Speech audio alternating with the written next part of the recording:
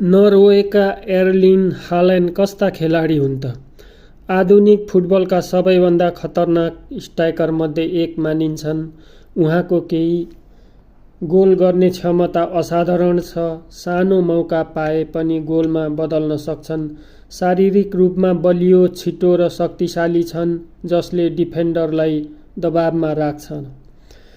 ठूला खेलहरूमा पनि आत्मविश्वास देखाउने खेलाडी हुन्।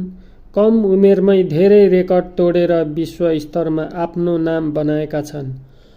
मेहनती र लक्ष्यप्रति केन्द्रित खेलाडीको रूपमा पनि चिनिन्छन्। हाल्यान्ड गोल गर्ने मेसिन जस्तै खेलाडी हुन्।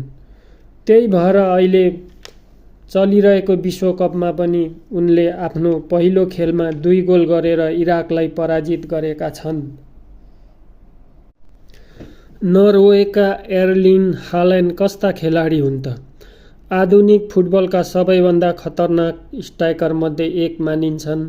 उहाँको केही गोल गर्ने क्षमता असाधारण छ। सानो मौका पाए पनि गोलमा बदल्न सक्छन्।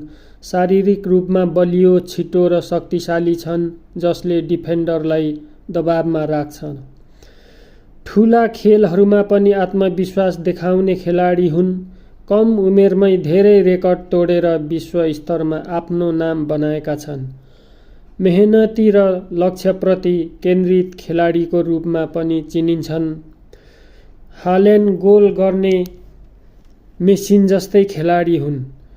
त्यही भएर अहिले चलिरहेको विश्वकपमा पनि उनले आफ्नो पहिलो खेलमा 2 गोल गरेर इराकलाई पराजित गरेका छन्।